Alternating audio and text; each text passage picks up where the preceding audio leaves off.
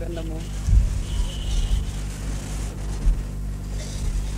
2వ అధ్యాయము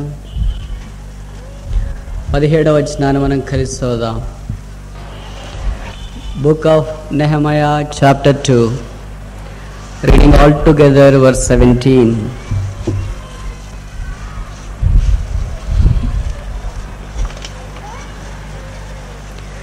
అయితే వారితో నేను ఇట్లాంటిని, మన కలిగిన శ్రమ మీకు తెలిసి ఉన్నది. యెరూషలేము ఎట్లు పాడైపోయినో, దాని గుమ్మములు అగ్ని చేతి ఎట్లు కాల్చబడినో మీరు చూచి ఉన్నారు. మనకు ఇక మీదట నింద రాకుండా యెరూషలేము యొక్క ప్రాకారమును మరలా కట్టుదము రండి. మరొక్కసారి చదువుదాం. అయితే వారితో నేను ఇట్లాంటిని, మన కలిగిన శ్రమ మీకు తెలిసి ఉన్నది. యెరూషలేము ఎట్లు పాడైపోయినో, దాని గుమ్మములు అగ్ని చేతి ఎట్లు కాల్చబడినో మీరు చూచి ఉన్నారు. మనకిక మీదట నింద రాకుండా యెరూషలేము యొక్క ప్రాకారమును మరలా కట్టుదము రండి. మరలా కట్టుదము రండి. Come and let us build. ప్రార్థన చేస్తాం.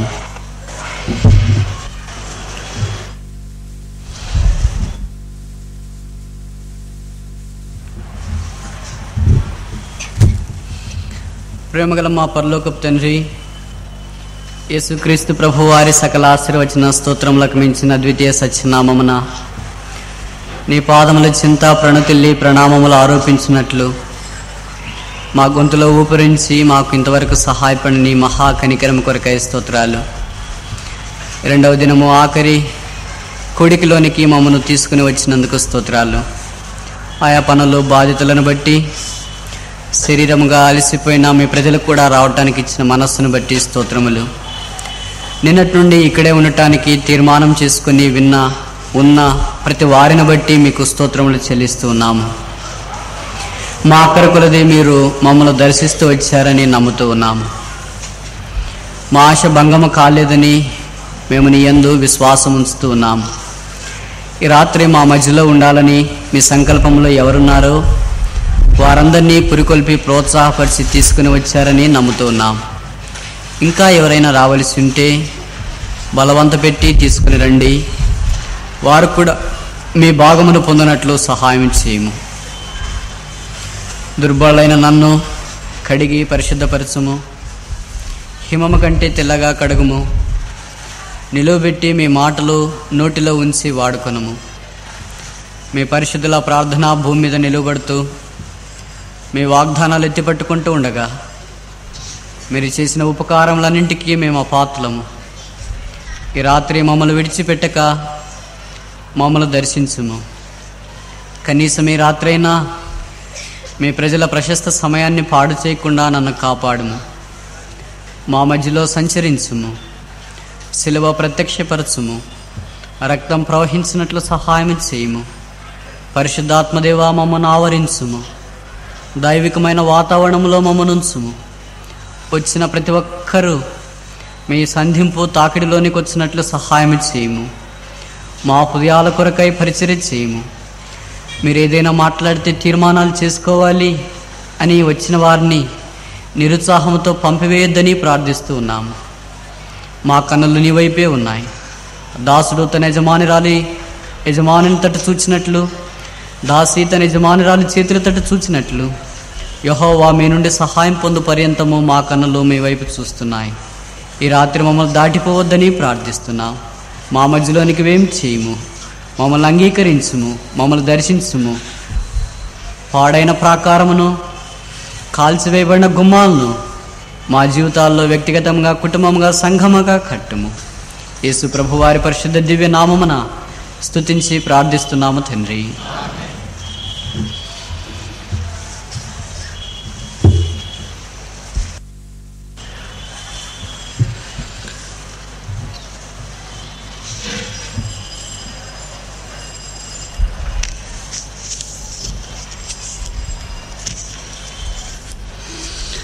మరలా కట్టుదము రండి.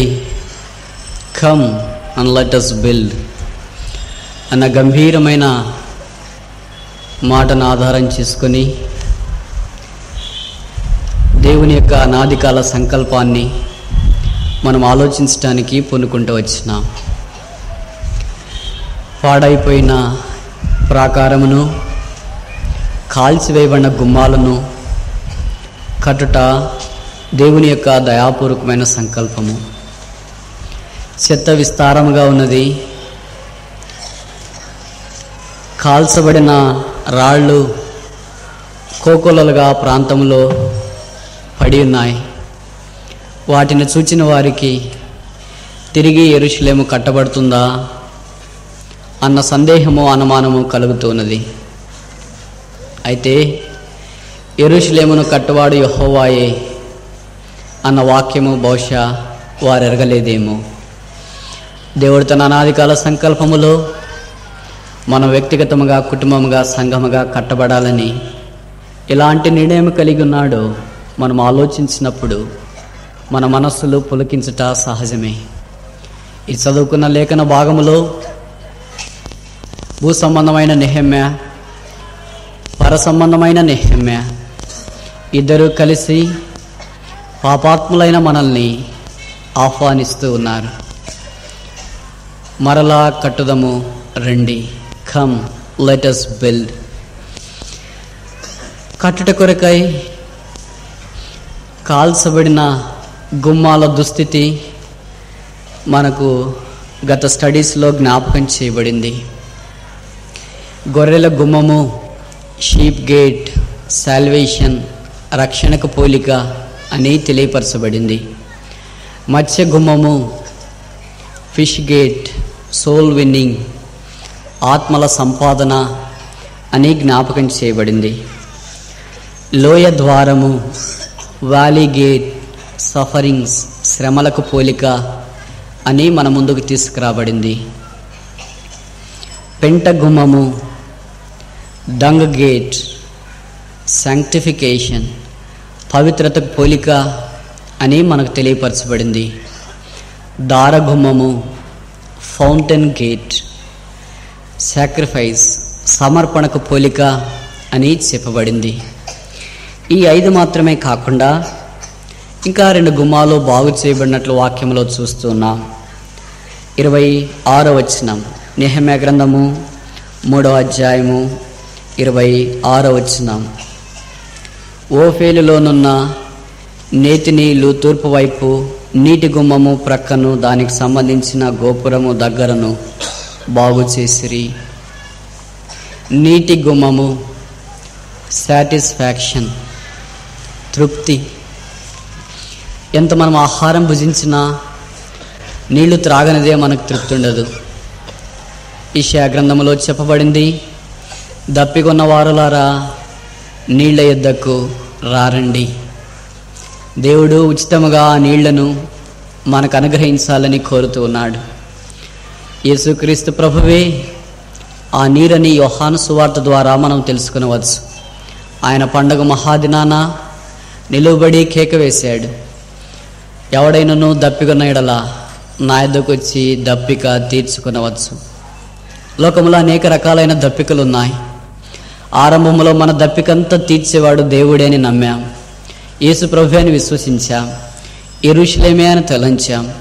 ఆ ప్రకారంగా జీవించడానికి పూనుకుంటూ వచ్చినాం. రోజులు గడిచే కొలది ఆ అనుభవంలో నుండి దాటిపోవటానికి ఇష్టపడ్డాం. ఏదైతే దేవునికి అసహ్యమైనదిగా మన జీవితాల్లో మనం తలంచుకున్నామో దానిని తిరిగి మనం కట్టడానికి పూనుకుంటూ ఉన్నాం. కట్టవలసిన నీటి గుమ్మాన్ని కట్టకుండా కట్టకూడని గుమ్మాలను కట్టడానికి మనం సిద్ధహస్తులం అంటే తప్పు కాదేమో. మనకు తృప్తి అయిన దేవునిని మన జీవితాల్లో ప్రతిష్ఠించుకునక తృప్తి కాని ఈ లోకాన్ని ప్రతిష్ఠించుకోవటానికి మనం ముందున్నామంటే తప్పు కాదేమో. ఏంటి ప్రస్తుతం మనలో ఉన్న తృప్తి? దేవుడు తప్ప మనకు అన్ని తృప్తే కదా, వాక్యము తప్ప మనకు అంత తృప్తే కదా, దేవుని ప్రజలు తప్ప మనకు అంతా తృప్తే కదా, యెరూషలేము తప్ప మనకు అంతే తృప్తే కదా. ఇదే మన అనుభవం అయితే మనకు నీటి గుమ్మము పడిపోలేదా? కాల్చబడలేదా? దహించబడలేదా? గలతీయులు ఈ నీటి గుమ్మాన్ని కాదని వారు అనేకమైన విషయాల్లో తమ తృప్తిని ఆధారం చేసుకున్నారు. వారు యేసు ప్రభువుని ఎరగక మునుపు ఏదైతే వారు తృప్తి అనుకున్నారో, బహుశా పాపమే కావచ్చు, చెడ్డ పుస్తకాలే కావచ్చు, సినిమాలే కావచ్చు, సీరియల్సే కావచ్చు, పోట్లాటే కావచ్చు, పగ, కోపము, ద్వేషము ఇవన్నీ వారు తలంచారో అవే ఇప్పుడు వారు తిరిగి కట్టాలని పూనుకుంటున్నారు. అందుకే పౌలు అపోస్తలుడు అన్నాడు, మీరు పడగొట్టినవి మరలా కట్టిన యెడల మిమ్మల్ని మీరే అపరాధులుగా ఎంచుకుందరు కదా. దేవుని సన్నిధిలో మనం ఏదైతే పడగొట్టామో ఇంతకు మునుపు దేవుడే నాకు కావాలని ఇప్పుడు తిరిగి దాన్ని పడగొడుతున్నా. ఇంతకుముందు యేసు ప్రభుని బట్టి ఇది వద్దు అన్నా, ఇప్పుడు దాని కొరకు అరలు చాపుతున్నా. ఇంతకుముందు యేసు ప్రభు నామాన్ని బట్టి ఇది చూడను అన్నా, ఇప్పుడు అది చూడకుండా బ్రతకలేకపోతున్నా. ఇంతకుముందు యేసు ప్రభుని బట్టి ఇది నేను చేయను అన్నా, ఇప్పుడు చేయకుండా ఉండలేకపోతున్నా. మన జీవితంలో నీటి గుమ్మము పడిపోలేదా? ఇశ్రాయేలు యొక్క పతనం కూడా ఇలాగే ఆరంభించబడింది. దేవుడు వారిని ఎంతో ప్రేమించి వారిని తన పక్షాన ఉండాలని కోరితే వారు ఆ దేవుణ్ణే విడిచి కారిపోయే తొట్లను ఆశ్రయించారు. అందుకే ఎంత తిన్నా తృప్తి లేకపోయింది, ఎంత త్రాగినా తృప్తి లేకపోయింది. ఈ దినాల్లో మనం కూడా అలాగే ఉన్నాం. ఎంతో సంపాదిస్తున్నాం, ఎన్నో జీతాలు వస్తున్నాయి, ఎంతో ఆస్తున్నట్లు కనిపిస్తుంది, నెమ్మది లేదు, తృప్తి లేదు. మందిరికి వస్తున్నాం, వాక్యం వింటున్నాం, తృప్తి లేదు. ఎలాగొచ్చామో అలాగే వెళ్ళిపోతూ ఉన్నాం. బహుశా ఈ నీటి గుమ్మము మన జీవితంలో లేదేమో. అనేక సార్లు పరిశుద్ధాత్మ దేవుడే మన తృప్తి, ఆయనే మన సమాధానము అనేది మనము కోల్పోట చాలా విషాదకరమైన సంగతి. కొంతమంది తృప్తి కొరకై పరిశుద్ధాత్మ దేవుణ్ణి మనం పొందాలి అని వాదించేవారు కూడా ఉన్నారు. పరిశుద్ధాత్మ దేవుని పొందటం అనేది ఒక ప్రత్యేకమైన అనుభవం కాదు. రక్షించబడిన తర్వాత పరిశుద్ధాత్మ దేవుడు మన హృదయాలలో ప్రవేశించాడు. ఇది తిరుగులేని సత్యం, కాదనలేని యథార్థం, నగ్న సత్యం. ఆ తర్వాత యెహెజ్కేలు గ్రంథంలో ప్రవక్త సెలవిచ్చినట్లు పరిశుద్ధాత్మ దేవునికి మనం లోబరుచుకునే కొలది ఆయన మనల్ని స్వాధీనంలోనికి తీసుకుంటూ వచ్చాడు. అక్కడ ఒక నది ఉంది, అక్కడ నీరుంది. యెహెజ్కేలు గ్రంథంలో ఆ నీరేం చేస్తుంది? మొట్టమొదట పాదాలని తడిపివేసింది, ఆ తర్వాత మోకాళ్ళ దగ్గరికి వచ్చింది, ఆ తర్వాత నడుముల దగ్గరికి వచ్చింది, ఆ తర్వాత మునిగిపోయేటట్టు వచ్చింది. పరిశుద్ధాత్మ దేవుడు ఈ 4 క్రమాలలో మన జీవితాల్లో పనిచేస్తూ ఉంటాడు. కానీ ఇంకా కొంతమంది పాదాల దగ్గరే ఉన్నారేమో, మోకాళ్ళ దగ్గరికి వచ్చారేమో, తర్వాత నడుముల దాకా వచ్చారేమో, మునిగిపోయేదాకా రావాలని దేవుడు కోరుతున్నాడు. మన తృప్తి అంతా నీరే, ఆ పరిశుద్ధాత్మ దేవుడే, ఆ యేసు ప్రభువే. కొన్నిసార్లు మనం ఏమనుకుంటాం, పరిశుద్ధాత్మ దేవుడు అంటే కేకలేసేది, నవ్వేది, దయ్యాలు పోగొట్టేది, భాషలు మాట్లాడేది, ఏడ్చేది, గంతలేసేది, డ్యాన్స్ వేసేది, చేతులు పట్టుకునేది, తిరిగేది అనుకుంటాం. కాదు. 23వ కీర్తనలో దావీదన్నాడు, శాంతికరమైన జలముల యొద్దకు ఆయన మనల్ని నడిపించినాడు. Still waters, the holy spirit is still waters. పరిశుద్ధాత్మ దేవుడు శాంతికరమైన జలము. ఆయన ధారాళంగా ప్రవహించే, లేకపోతే ఉప్పెన వల్లే మీదికొచ్చే జలపాతం కాదు. శాంతికరమైన జలం చాలా నెమ్మదిగా ప్రవహిస్తుంది. ఆ జలం దగ్గరికి వెళితే మన ముఖం స్పష్టంగా కనిపిస్తుంది. అదే అలజడితో కూడిన జలం దగ్గరికి, నీళ్ళ దగ్గరికి వెళితే మన ముఖం స్పష్టంగా కనిపించదు. ఇది నా అనేకులు అలజడి అలజడి అలజడి, ఎక్కడ చూసినా అలజడి. ఏంటి మీ మందిరంలో ఇంత మీటింగులు జరుగుతున్నా చాలా కామ్గా ఉన్నాయే? చేతులు లేవా ఏంటి? నోరు లేదా ఏంటి? కాళ్ళ లేవా ఏంటి? మనసు లేదా ఏంటి? అన్నీ ఉన్నాయి. శాంతికరమైన జలము ప్రవహిస్తూ ఉంది. కానీ జ్ఞాపకం ఉంచుకోవాలి, పరిశుద్ధాత్మ దేవుణ్ణి దేవుడు యేసుక్రీస్తు ప్రభు ద్వారా రక్షించబడిన వెంటనే మన హృదయంలో కుమ్మరించాడు. అది మొదలుకొని క్రమేణా దేవుడు మనం అప్పగించుకునే కొద్దీ పరిశుద్ధాత్మను మనకిస్తూ వచ్చినాడు. కొంతమంది కళలు, దర్శనాలు రకరకాలుగా వస్తుంటాయి. మాకు ఒక దర్శనం వచ్చిందండి, కలబడిందండి అంటున్నారు. కళా దర్శనాలు అనేది బహుశా పాత నిబంధనలో దేవుడు కొన్నిసార్లు జ్ఞాపకం చేస్తూ వచ్చినాడు. కొత్త నిబంధనలో చాలా ప్రత్యేకమైన పరిస్థితుల్లో తప్ప దేవుడు కళ ద్వారా కానీ దర్శనం ద్వారా కానీ తన భక్తులకు ప్రత్యక్షం కాలేదు. కొత్త నిబంధనలోనే అలాగైతే ఈ దినాల్లో మనకి ఎలాగ ప్రత్యక్షమవుతాడో కళల ద్వారానే మనం అనుకోవచ్చు. భవిష్యత్ చదువు రాని వాళ్ళకి ప్రభు అలాగ సహాయం చేస్తాడేమో. వాక్యం మన చేతిలో ఉండగా, చదవచ్చి ఉండగా, సేవకులు ఉండగా, పరిశుద్ధులు సంఘం ఉండగా దేవుడు అలాగ ప్రత్యక్షం కాడు. ఆ మధ్యలో ఒక ఊరు వెళ్ళాను. అక్కడ ఒక యవ్వన సహోదరు వచ్చింది, ఎంఎస్సి పూర్తి చేసింది. ఆ అమ్మాయి వచ్చానింది, అన్నా ఆ అమ్మాయి రక్షించబడింది, మన సహవాసానికి వచ్చేది. ఇప్పుడు ఈ పరిశుద్ధాత్మ దేవుడు అంటే ఎగిరి గంతులేసి నవ్వేది, వెకిలించేది, డాన్స్ వేసేది అనే సహవాసానికి వెళుతుంది. వచ్చానది, దేవుడు నాకు ఒక దర్శనం ఇచ్చాడన్నా. ఎందుకమ్మా దర్శనాలు తక్కువయ్యాయా? ముఖం తలకి కిందేసింది. ఏం దర్శనం ఇచ్చాడమ్మా అంటే, మా ఫ్రెండ్కి ఈ మధ్యలోనే పెళ్ళయిందన్నా. ఆ అమ్మాయి అమ్మాయికి మగపిల్లవాడు పుడతాడని నాకు దర్శనం వచ్చింది. అమ్మాయికి మగపిల్లవాడు పుడితేవి, అమ్మాయి పుడితే నీకెందుకు? పెళ్ళైన వాళ్ళు వాళ్ళ బాధ వాళ్ళు పడతారు. నిన్ను గురించి నీకు దర్శనంలే, ఎవరినో గురించి నీకు దర్శనం వస్తుందంట. Is it not awkward? ఇది వాక్యానుసారం అందామా? మనల్ని గురించి మనకు దర్శనం రావాలా? మన పాపము, మన భయంకరత్వము, మన పడిపోయిన స్థితి, మన గొడ్డుబారిన స్థితి, మనం కట్టబట్టడానికి దేవుడు యేసుక్రీస్తు ప్రభువులో చూపిన సంగతులు మన జ్ఞాపకం రావాలా. కానీ తీరా జరిగేది ఏంటంటే, సరే నేను చెప్పాను అమ్మా మీరు ఇవన్నీ నమ్మకూడదు, దేవుని వాక్యం మీద ఆధారపడాలంటే, లేదన్నా దేవుడు దర్శనాల ద్వారా మాట్లాడతాడు, మీకు దర్శనాలు అంటే నమ్మకం లేదు, మీరు అలాగే చెప్తారన్నారు. ఆ తర్వాత సంవత్సరం తిరిగిపోయింది. నేను తిరిగి అదే ఊరికే మీటింగ్స్కి వెళ్ళాను. తప్పకి ఈ అమ్మాయితో మాట్లాడాలని అనుకున్నా. అమ్మాయిని పిలిపించిన, వచ్చింది. ఏంటమ్మా బాగున్నారా, మీకు ఈసారి ఏమైనా దర్శనాలు వచ్చాయా అన్న. తల కిందికేసింది. ఏంటమ్మా మీ స్నేహితురాలకు వచ్చిన మీ స్నేహితురాల విషయమే నీకు వచ్చిన దర్శనం ఏమైంది? మగపిల్లవాడు పుట్టాడా అన్న. తల కిందికేసి లేదన్నా. ఏమైందమ్మా అంటే ఆడపిల్ల పుట్టిందన్నా. నీకు వచ్చిన దర్శనాలన్నీ నెరవేరితే ఇంక నువ్వెందుకు భూమి మీద? We are so feeble, we are ungodly, we are carnal, we have no revolution of God perfectly. మనల గురించి మనకే తెలియదే వేరే వాళ్ళని గురించి ప్రవహించడానికి ఎంత ధైర్యం చేస్తావు? ఇప్పుడు మీ స్నేహితురాల యొక్క మనసులో కొడుకు పుడతాడని ఎంత పబ్లిసిటీ ఇచ్చావు. కొడుకు కొరకే సిద్ధపడింది, తీరే గర్భంలో కూతురు బయటకు వచ్చింది. ఆ తర్వాత బంధువులు, తల్లిదండ్రులు, చుట్టుపక్కల విశ్వాసులు అందరూ ఏమైనారు? What happen to the name of God? దేవుని నామానికి ఏం సంభవించింది? అవమానం కాదా? దేవుడు కలలు చెప్తే ఇలా పొరపాట్లు ఎప్పుడు చేస్తాడు? దేవుడు తప్పు చేస్తాడా? దేవుడు పొరపాటు చేస్తాడా? దేవుడు అన్యాయం చేస్తాడా? దేవుని వాక్యంలో రాయబడింది దేవుడు అన్యాయం చేయటం అసంభవం. న్యాయం తప్పట ఆయనకు తెలియదు. కనుక దేవుడు ఏది చెప్పినా చేయకుండా ఉండేవాడు కాదు అని మర్చిపోకూడదు. కనుక ఈ కళల ద్వారా, దర్శనాల ద్వారా దయతో మోసపోవద్దండి. ముఖ్యంగా మీ గోదావరి జిల్లా ప్రాంతాల్లో ఇవి చాలా విపరీతంగా ఆకర్షిస్తూ ఉంటాయి. ఒకవేళ కొన్నిసార్లు చెప్పింది నిజమే కావచ్చు, కానీ ప్రతిసారి అలాగే నిజం జరుగుతుందని మాత్రం అనుకోవద్దు.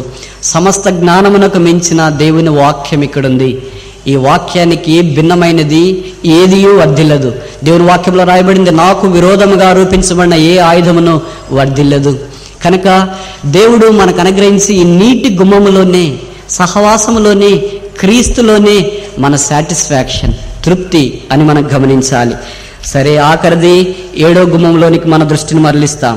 28వ అధ్యాయము 28వ వచనం, 3:28, నెహెమ్యా 3:28. గుర్రపు గుమ్మమునకు పైగా యాజకులందరూ తమ ఇండ్లకు ఎదురుగా బాగు చేసిరి. గుర్రపు గుమ్మము ప్రభుకు స్తోత్రాలు. గొర్రెల గుమ్మముతో ఆరంభించబడింది, గుర్రపు గుమ్మము చివరి దాకా వచ్చింది. ఈ గుర్రపు గుమ్మం మనకు దేన్ని జ్ఞాపకం చేస్తుంది? సెకండ్ కమింగ్, రెండవ రాకడను జ్ఞాపకం చేస్తుంది. అంటే మన క్రైస్తవ జీవితానికి పరాకాష్ట గుర్రపు గుమ్మము, మన విశ్వాసానికి పతాక స్థానము ఈ గుర్రపు గుమ్మము. మనము గొర్రెల గుమ్మము రక్షణ దగ్గర ఆరంభించి చిన్ననైనా కష్టమైన మార్గం గుండా ప్రయాణం చేసి ఇప్పుడు ఇక్కడికి వచ్చాం. ఎక్కడికి? గుర్రపు గుమ్మం దగ్గరికి వచ్చినాం. యేసు ప్రభువారు భూమి మీద ఉన్నప్పుడు గాడిద మీద సంచారం చేశాడు. యేసుక్రీస్తు ప్రభువారు పరలోకంలో నుండి రానయ్యున్నాడు. ఎలాగొస్తాడు? గాడిద మీద కాదు. ప్రకటన గ్రంథంలో చెప్పబడింది, నమ్మకమైన వాడును, సత్యసాక్షి అయిన వాడును గుర్రం మీద, తెల్లని గుర్రం మీద బయలుదేరి ఆయన వస్తున్నాడు. ఓ ఎంత రమ్యమైన దినం అది, ఎంత శ్రేష్టమైన రాకడది. ఆ రాకడ కొరకై మనం కనిపెట్టుకుని ఉండే గురుతరమైన ఆధిక్యత దేవుడు మనకిచ్చాడు. ఈ లోకంలో ఉన్న రోగాలు ఆ దినాన కనపడవు, దుఃఖము కనపడదు, కన్నీరు కనపడదు, సమస్యలు కనపడవు, పోరాటము కనపడదు, చదువు లేదు, పెళ్లి లేదు, చావు లేని ఆ రాజ్యము కొరకై మనం సిద్ధపరచబడుతున్నాం. అదే దేవుని యొక్క రెండవ రాకడ. ఆ రాకడ గుమ్మాన్ని ఇశ్రాయేలీయులు కాల్చివేయబడిన స్థితిలోనికి తీసుకుని వచ్చారు. ఇక దేవుడు ఏమొస్తాడో అనే స్థానంలోనికి వారు వచ్చారు. ప్రభుకు స్తోత్రాలు. ఈ దినాల్లో చేరి వచ్చిన మనల్ని దేవుడు ఈ శ్రేష్టమైన ఆధిక్యతలోనికి తీసుకురావాలని కోరుతున్నాడు. మనం ఆ గొర్రెల గుమ్మాన్ని ఆ గుర్రపు గుమ్మాన్ని బాగు చేసుకున్నట్లయితే, ఆ రెండవ రాకడకు సిద్ధపడితే ఆయనతో పాటు సదాకాలం ఉండటానికి మనం కొనిపోబడతాం. ఇక్కడ రకరకాలైన వస్త్రాలు తేడా ఉండొచ్చు, ఖరీదుగా అయినవి, ఖరీదు లేనివని. అక్కడ మహిమ కలిగిన దేహంలోనికి మనం మార్చబడతాం. ఆ వస్త్రాలు ఏ మానవుడు భూమి మీద ఏ షాపులో అమ్మడు, అది ఏ మానవుడు భూమి మీద కొనలేడు. అవి దేవుడు మనకు అనుగ్రహించేవాడై ఉన్నాడు. ఆ గుమ్మాన్ని మనం పడగొట్టామా? ఆ గుమ్మము మన జీవితంలో కాల్చివేయబడిందా? ఆ రెండవ రాకడకు ఎదురు చూసే మనస్సు మనలో లేదా? దహించిపోయిందేమో. అందుకే దేవుడు రాడేమో అన్నట్లుగా మన జీవితాలు ఉన్నాయి. దేవుడు మనల్ని తీసుకెళ్ళడేమో అన్నట్లుగా మన బ్రతుకులున్నాయి. దేవుడు మనకు సహాయం చేయడేమో అన్నట్లుగా మన కన్నీళ్లున్నాయి. ఇక దేవుడు నన్ను విడిచిపెట్టాడేమో అన్నట్లుగా మన యాత్ర కొనసాగించబడుతున్నది. ప్రభుకు స్తోత్రాలు. దేవుడు కరుణా సంపన్నుడైండి తిరిగి ఆయన సమయంలో రాబోతున్నాడు. దాని కొరకే ఈ గుమ్మాన్ని మనము సిద్ధపరచుకున్నట్ట కట్టుట చాలా ప్రాముఖ్యము. ఎలా కట్టుకోవాలా? ఆయన రాకడ కొరకే మనం కనిపెట్టుకుని ఉండాలా. ఎప్పుడు వస్తాడో తెలియదు. మార్కు భక్తుడు ఆ సంగతి రాస్తున్నాడు. మార్కు సువార్త 13వ అధ్యాయం 35వ వచనం. ఇంటి యజమానుడు ప్రొద్దుగుంకి వచ్చునో, అర్ధరాత్రి వచ్చునో, కోడి కూయినప్పుడు వచ్చునో, తెల్లవారునప్పుడు వచ్చునో, ఎప్పుడు వచ్చునో మీకు తెలియదు. ఈ గుమ్మాన్ని కట్టుకోవాల్సిన బాధ్యత మన మీద ఉంది. ఎప్పుడు వస్తాడో ఆయన తెలియదు. 4 సమయాలు రాయబడ్డాయి. మొదటిది ఏంటంటే ప్రొద్దుగుంకి వచ్చునో. ఎందుకు ఈ 4 సందర్భాలే రాయబడ్డాయి అంటే ప్రొద్దుగుంకినప్పుడు మనము పాపం చేయటానికి అవకాశం ఉంది. ఇవన్నీ రాత్రి కాలాన్నే జ్ఞాపకం చేస్తున్నాయి, పగటి కాలాన్ని కాదు. అంటే యేసు ప్రభువారు పాపము విస్తరించిన దినాల్లో, ప్రస్తుతమున్న దినాల్లో, లోకంలో చీకటిని మంచినీళ్ళ వలె త్రాగే దినాల్లో ఆయన రానయ్యున్నాడు. ఇక్కడ రాత్రి సాగినతలే రాయబడ్డా కనుక పగలు రాడు రాత్రి వస్తాడని అనుకోవటానికి వీల్లేదు. మొదటిది ఏంటంటే ప్రొద్దుకుంకినప్పుడు. మనం ప్రొద్దుకుంకినప్పుడు పాపం చేయటానికి అవకాశం ఉంది. దేవునికి హృదయానుసారుడైన మనుష్యుడు, పేరు దావీదు. ఆయన ప్రొద్దుకుంకినప్పుడు పాపం చేసినట్లు వాక్యంలో మనం చూస్తూ ఉన్నాం. ఆయనకు తెలియకుండానే నిద్రపోయాడు, లేచాడు, అలాగ మేడ మీదకి వెళ్ళాడు, చూస్తూ ఉన్నాడు. స్నానం చేసే స్త్రీని చూచాడు, పాపం చేయటానికి సంకల్పించాడు, పాపం జరిగిపోయింది, రక్షణానందం కోల్పోయాడు. గుర్రపు గుమ్మము పాడైంది, కట్టబట్టానికి ఇష్టపడ్డాడు. అందుకనే ప్రవక్త ఆయన దగ్గరికి వచ్చాడు, ఒక కథ చెప్పాడు. ఆ కథ చెప్పిన వెంటనే దావీదుకి పౌరుషం వచ్చింది, ఎక్కడ లేని పౌరుషం. ఎవడా మనుష్యుడు, వాడిని తీసుకొని రండి అంటే అప్పుడు ప్రవక్త అన్నాడు, ఆ మనుష్యుడవు నీవే, ఆ మనుష్యుడవు నిడదవోలే, ఆ మనుష్యుడవు ఇక్కడ కూర్చున్నా నీవే. దావీదు అన్నాడు, నేను పాపం చేసి తిని నన్ను క్షమించు. ఆ సందర్భంలోనే 51వ కీర్తన దావీదు శోకతప్త హృదయంలో నుండి ధారావాహికంగా ప్రవహించిన క్షమాపణ గీతిక. ఆ గీతములో ప్రతి పాపాత్ముడైన మానవునికి దేవుడు తను సిద్ధపరచడానికి ఎలాంటి ఏర్పాటు చేశాడో అక్కడ రాయబడింది.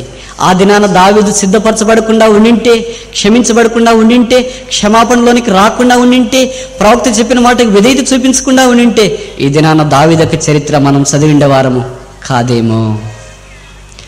దావీదు ఆ మాటకు విధేయత చూపించాడు, దేవుని దగ్గర క్షమాపణ కొరకు వచ్చాడు, తన గుర్రపు గుమ్మాన్ని కట్టుకోవటానికి సిద్ధపడ్డాడు. అందుకనే దేవుడు అన్నాడు, నా హృదయానుసారమైన మనుషుడు, man after my own heart. ఈ మాట కేవలం బైబిల్లో దావీదుని గురించే దేవుడు చెప్తూ వచ్చినాడు. దావీదు ఎంతో విలిపించినాడు, ప్రలాపించినాడు అనేది ఆ కీర్తన మనం చదివినప్పుడు మన మనసులు కరిగిపోక మానవు. ఈ దినాన మనం కూడా పాపం చేసామేమో. బహుశా దావీదు లాంటి పాపం చేయకుండా ఉండిండవచ్చు. అయితే వేరే పాపాలు కోకొల్లలు కదా, పాపానికి పుట్టినిల్లు కదా, మనము అపవిత్రతకు మారు పేరు కదా, దుర్నీతికి నిలువుటెత్తని అద్దాలు కదా. ఇలాంటి మనము గొర్రెల గుమ్మాన్ని పాడు చేసుకున్నామంటే తప్పు కాదేమో. అయితే దేవుడు ఆ గుమ్మాన్ని కట్టడానికి మరొక అవకాశం ఇస్తున్నాడు. ఆయన రాకడ కొరకై పాపంలో కొనసాగే మనుషుడు ఎదుర్కోవటానికి సిద్ధంగా ఉండడు అని వాక్యం జ్ఞాపకం చేస్తుంది.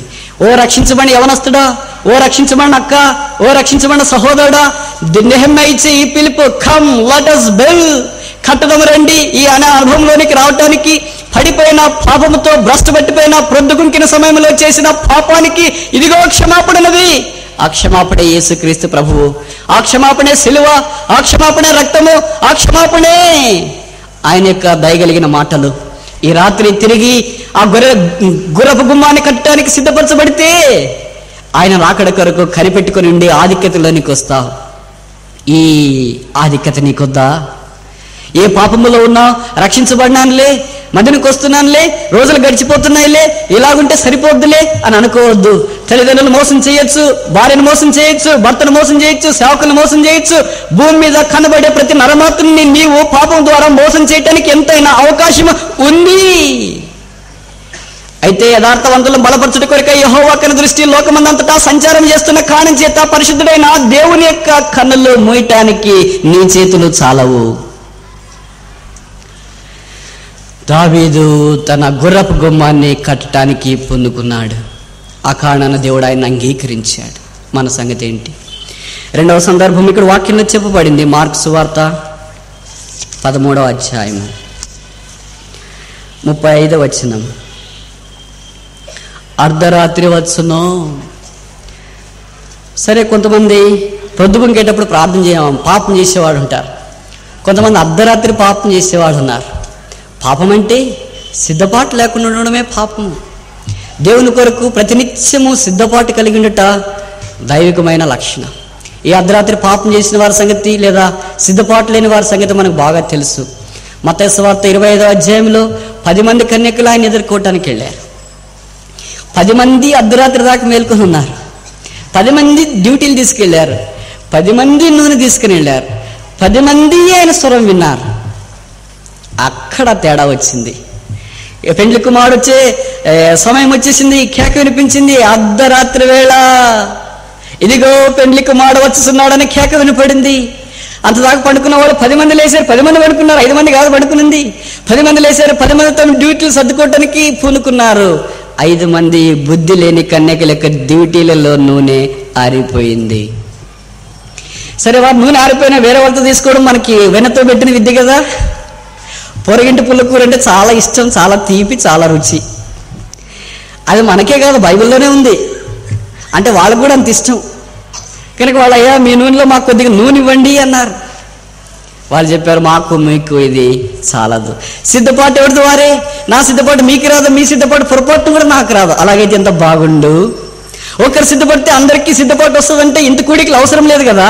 ఈ కూడికలన్నీ వ్యక్తిగతంగా, కుటుంబంగా, సంఘముగా దేవుడు సిద్ధపరచటి కొరకే అర్ధరాత్రి సిద్ధంగా ఉండేటి కొరకే ఏర్పాటు చేశాడన్న సంగతి మరిచిపోవట తప్పు కాదా?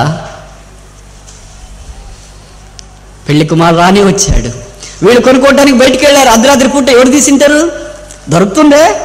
దొరకదు. అది ఊరికి రూపాలంకారంలో రాయబడింది. బయటికి వెళ్ళారు, బజార్ అంతా తిరిగారు. వారు తెచ్చుకున్నట్లు వాక్యంలో లేదు. భవిష్యత్ నేను అనుకుంటా వారికి దొరకదు. వారికి తిరిగి అలాగే వచ్చారు. ఎలా వెళ్ళారో అలాగే వచ్చారు. వచ్చి అప్పటికే తలుపు వేయబడింది. తలుపు తట్టి, ఇదిగో తలుపు తీయడి. అక్కడ చెప్పబడింది ఏంటంటే, నేను మిమ్మల్ని ఎరగను. ఎరగరా? అదేంటండి, మేము కూడా కన్యకలమే కదా, మేము కూడా ఎదుర్కోవడానికి వచ్చాం కదా, మా చేతిలో కూడా డ్యూటీలు ఉన్నాయి కదా, మా దగ్గర కూడా నూనె ఉండేది కదా, మీరు లేట్గా వచ్చారు, మరి ఏం చేయమంటావు?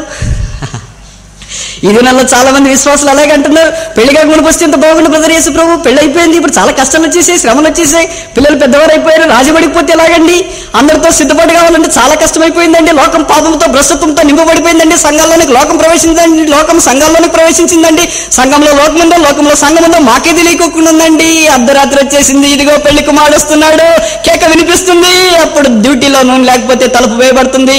లోపలికి వెళ్ళారు సిద్ధపరచబడిన వారు ఈ దుష్టత్వంలోనే తమను తాము కాపాడుకొని భద్రంగా ప్రభు కొరకు అర్ధరాత్రి వేళ ఎదుర్కోవడానికి సిద్ధంగా ఉన్నవారు పెళ్లి కుమారు స్వరం విని లోపలికి వెళ్ళారు. తలుపు వేయబడింది, బయట ఉన్నారు, తలుపు తడుతున్నారు మనలాంటి వాళ్ళు. ఇక్కడ దాదాపు 800-1000 మంది చేరవచ్చామేమో. ఈ 1000 మందిలో అందరూ లోపలికి పోవటం దేవుని యొక్క అనాది కాల సంకల్పం అంటే తప్ప. ఇక్కడ చేరవచ్చిన వారంతా ప్రతి ఒక్కరూ గుర్రపు గుమ్మాన్ని కట్టాలని దేవుని యొక్క కోరిక అంటే తప్ప. ఇక్కడ చేరి వచ్చిన వారంతా గుర్రపు గుమ్మాన్ని నిర్మించాలని నెహెమ్యా పిలిపిస్తున్నాడంటే పొరపాటు. ఎంత అవకాశం కలిగిండి కూడా ఇంకా సిద్ధపడకుండా పోతే మనకంటే దౌర్భాగ్యులు ఇంకా భూమి మీద ఎవరైనా ఉన్నారంటావా? మనకంటే నష్టపోయిన వారు ఇంకా భూమి మీద ఎవరైనా తారసపడతారంటావా? మనకంటే అవకాశాలు భగ్నం చేసి బూడిదపాలు చేసిన దౌర్భాగ్యులు ఎవరైనా భూమి మీద కనిపిస్తారంటావా? ఈ రాత్రి దేవుడు మరొక తరుణం అవకాశం మనకు అనుగ్రహిస్తున్నాడు.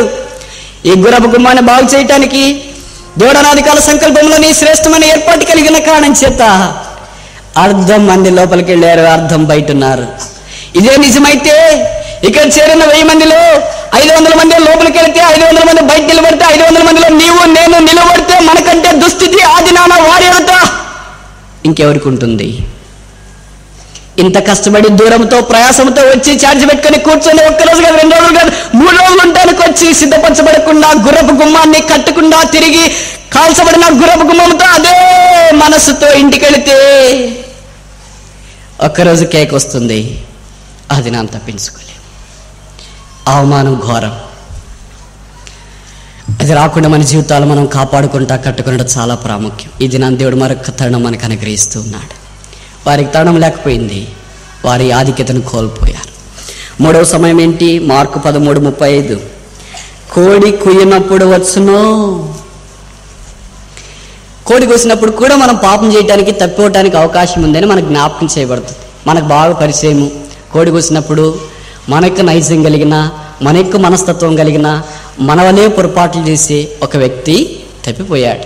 పేరు పేతురు.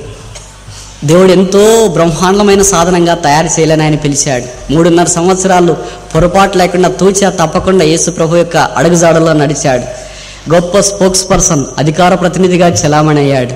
ఆఖరి పరీక్షా సమయం వచ్చింది. ప్రతి వారికి సమయం వస్తుంది. అది ప్రొద్దుకుంకే సమయం రావచ్చు, అర్ధరాత్రి రావచ్చు, కోడి కూసేటప్పుడు రావచ్చు. బహుశా మనం ఏమనుకుంటాం, ఆ పరీక్ష సమయాలన్నీ ప్రొద్దుకుంకినప్పుడు అర్ధరాత్రిగా తెల్లవారితే ఇంకేం వస్తాయి అనుకుంటాం. లేదు లేదు, కొంతమంది తెల్లవారితే కూడా పొరపాటు చేసే వాళ్ళు ఉంటారని సాతానుడికి తెలుసు, మనలాంటి వాళ్ళు. అందుకే కనిపెట్టుకుని ఉంటాడు సాతానుడు. సీమోను సీమోను, సాతాను మిమ్మల్ని జల్లించుటే కోరుకునేను కానీ నీ నమ్మిక తప్పిపోకుండా నేను నీ కొరకు వేడుకొంటిని. ఇది నా దేవుడు మన కొరకే పరలోక స్థలాల్లో ఈ ప్రధాన యాజకత్వ పరిచర్య వేడుకునే కార్యక్రమం చేస్తున్న కాలం చేత మనము తప్పిపోకుండా కాపాడబడుతున్నామంటే తప్పంటారా? ఇప్పుడు పేతురు ఒక చిన్న అమ్మాయి ఇచ్చి నీవు కూడా ఆయనతో ఉన్నావంటే, నేను కాదు, నేను ఆయన ఎరగను, ఒక్కసారి కాదు, 2 సార్లు కాదు, 3 సార్లు అన్నాడు. ఆ తర్వాత యేసుక్రీస్తు ప్రభు వారిని తీర్పు స్థానంలోనికి అక్కడ తీసుకుని వెళ్ళిన తర్వాత యేసు ప్రభు ఆయన కన్నుల్లో కన్నులు పెట్టి చూస్తే చూపులు సంధించబడ్డాయి, మనసుకు గాయం కలిగింది, హృదయం బద్దలైపోయింది, పేగులు తరకపోయినాయి, మనసంతా తిప్పివేసింది. తోచకుండా బయటికి వెళ్ళాడు. వెలుపలికి వెళ్ళి సంతాపపడి ఏడ్చెను. పేతురుకు ఒక అవకాశం ఉంది తను సిద్ధపరచుకోవటానికి. దావీదుకు ఒక అవకాశం ఉంది. బుద్ధి లేని కన్యకలకు అవకాశం లేదు. కొన్నిసార్లు ఇలాగే జరుగుతుంటాయి. కొంతమందికి అవకాశాలు ఉంటాయి, వారికి అవకాశం ఉంది కదా నాకు కూడా ఎందుకు ఉండదు అని అనుకోబాకు. వారికి దేవుడు దీర్ఘశాంతం అనుగ్రహించి వారిని సిద్ధపరచడానికి హాస్పిటల్కి తీసుకెళ్తాడు. నిన్ను నన్ను సిద్ధపరచుకుంటూ రోడ్డు మీద పోతుంటే కౌసు పిట్టల వల్ల వేసిపోతాం పైకి. సిద్ధపాటుకి సమయం ఉండదు. అప్పుడేమంటావు? బహుశా బుద్ధి లేని కన్యకలకు అదే జరిగిందేమో. ఇప్పుడు ఈ కోడి కూసినప్పుడు పేతురు చేసిన పొరపాటు గుర్తించి సంతాపపడి దేవుని సన్నిధిలో ఏడ్చాడు. దేవుడు ఆయన సమకూర్చడానికి ఇష్టపడ్డాడు, క్షమాపణ ఆరోపించినాడు. తిరిగి పేతురు గుర్రపు గుమ్మాన్ని కట్టడానికి పూనుకున్నాడు. అందుకనే దేవుడు ఆయనకు ప్రత్యక్షమై యోహాను సువార్త 21వ అధ్యాయంలో నన్ను ప్రేమించుచున్నావా, నన్ను ప్రేమించుచున్నావా, నన్ను ప్రేమించుచున్నావా, అయితే నా గొర్రెల మేపు. ఆ తర్వాత అపోస్తల కార్యాలయంలో నిలబడి 2వ అధ్యాయంలో పెంతెకొస్తు పండుగ దినాన అద్భుతమైన ప్రసంగం చేసినప్పుడు జాలరీ అంతదాకా ప్రసంగమే లేదు. That was the first sermon ever given by a fisher man to the massive mammoth large extensive crowd and that message was a total success in the history of the Bible. ఒక చేపలు పట్టేవాడు ఆ దినాన మొట్టమొదట ఇచ్చిన వర్తమానము, ఆ వర్తమానము తర్బీదు లేకుండా ఇచ్చింది. ఆ వర్తమానం థియలాజికల్ కాలేజీకి వెళ్లకుండా ఇచ్చింది. విస్తారమైన ప్రజలు చేరి వచ్చినప్పుడు ఇచ్చిన వర్తమానానికి 3000 మంది సిలువకు దాసోహమయ్యారు. పేతురు గుర్రపు గుమ్మాన్ని కట్టుకున్న కారణం చేత దేవుడు వాడుకుంటూ వచ్చినాడు. మన సంగతి ఏంటి? బొంకేమా? ఎక్కడ? ఆఫీసులోనా, ఇంట్లోనా, కాలేజీలోనా, పనిచేసేతోనా? ఎన్నిసార్లు బొంకేమో తెలియదు కదా. అసలు బొంకని దినం మన జీవితాల్లో ఉంటే కదా ఎన్నిసార్లు బొంకేమో మనం తెలియటానికి. ప్రతి దినము బొంకుడమే నోటికి అలవాటు అయిపోయింది. నోరు తెరిస్తేనే అదే. ఎన్నిసార్లు మనం ఆయన బొంకాం.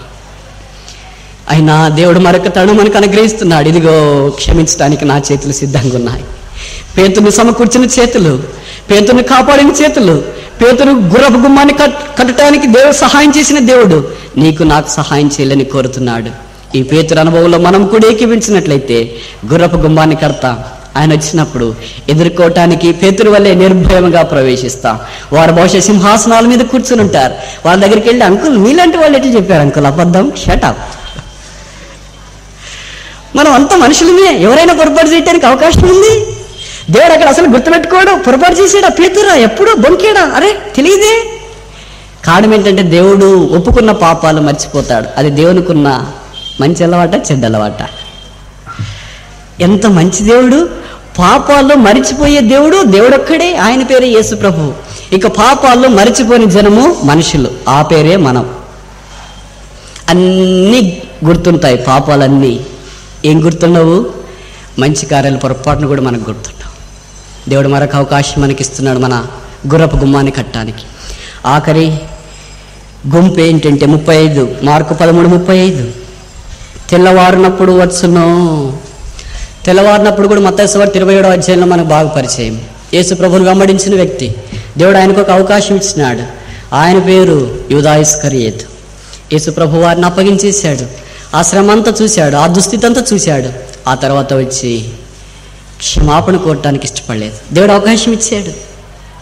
ఆ దినానికి క్షమాపణ కోరింటే, ప్రభువా నేను నిన్ను అప్పగించాను, ఇక చెయ్యను అని అంటే దేవుడు పేతురుని ఏ స్థానంలో ఉంచినాడు? బహుశా యూదా ఇస్కరియోతును కూడా అదే పీఠం మీద ఉంచిండేవాడేమో. ఆయన కోరలేదు. ఉరి పెట్టుకొని అంత సులభంగా చావలేదు. కడుపులో నుండి పేగులు బయటకు వచ్చాయి. ఎంత ఘోరమైన చావది!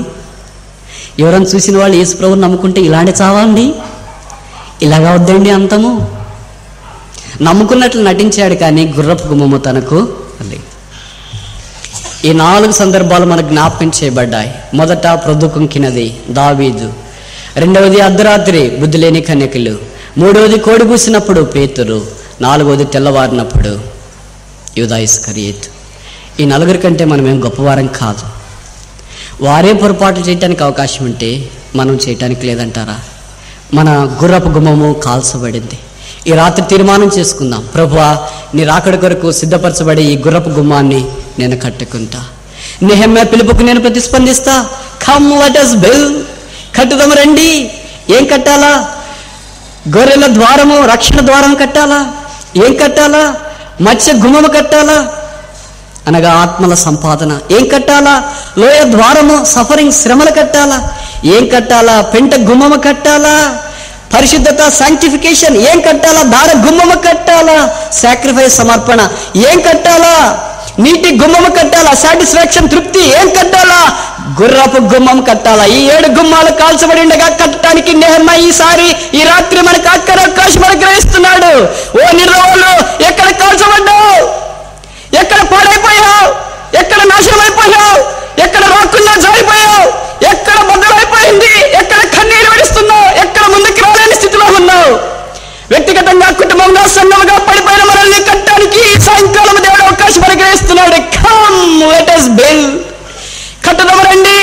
ఈ ఆహ్వానానికి ప్రతిస్పందించకపోతే మనకంటే దౌర్భాగ్యులు బహుశా ఈ లోకంలో ఏనాడు ఉండరేమో. పడిపోయిన గుమ్మాలు మన జీవితాల్లో అనేకమున్నా. ఈ రాత్రి తీర్మానం చేసుకోవా? ఎలాగొచ్చావా అలాగే వెళ్ళిపోతావా? రక్షణ లేకుండా వెళ్ళిపోతావా? ఆత్మల సంపాదన తీర్మానం లేకుండా వెళ్తావా? శ్రమలో నిలబడతాననే తీర్మానం లేకుండా వెళ్తావా? పవిత్రత కొరకై తీర్మానం చేయకుండా వెళ్తావా? సమర్పణ కొరకై త్యాగం లేకుండా వెళ్తావా? అందరితో దేవుని యొక్క వాక్యం ఆగిపోలేదు. ప్రభుకు స్తోత్రాలు. దేవుడు మనల్ని ఇంకా ప్రోత్సహించి పురికొల్పాలని, ఆ తృప్తిని అనుగ్రహించాలని కోరుతున్నాడు. ఈ 5-6 గుమ్మాలు కట్టుకున్న వారు నీటి గుర్రపు గుమ్మాన్ని కడితే ఇదిగో ఆయన వచ్చేస్తున్నాడు. అలంకరించబడిన రాజును మనం కళ్ళాలో చూచి ఒక దినం రాబోతుంది. ఆ దినం కొరకై ప్రభు మనల్ని సిద్ధపరుస్తున్నాడు. ఈ రాత్రి ఎక్కడ పడిపోయామో గుర్తించి కట్టబట్టానికి తీర్మానం చేసుకుంటే యెరూషలేమును కట్టవాడు యెహోవాయే. దేవుడు కట్టలేకుండా పాడైపోయి కాల్చబడిన వ్యక్తి ఇక్కడ ఎవరు లేరు, ఉండరు, ఉండబోరు. ఎలాంటి దుస్థితిలో ఉన్న వారినైనా కట్టుటకు సమర్థుడు ఈ దేవుడు. పేరు యేసుక్రీస్తు ప్రభు. గొర్రెల గుమ్మముతో ఆరంభించబడింది. ఆఖరికి ఏమైంది చూడండి.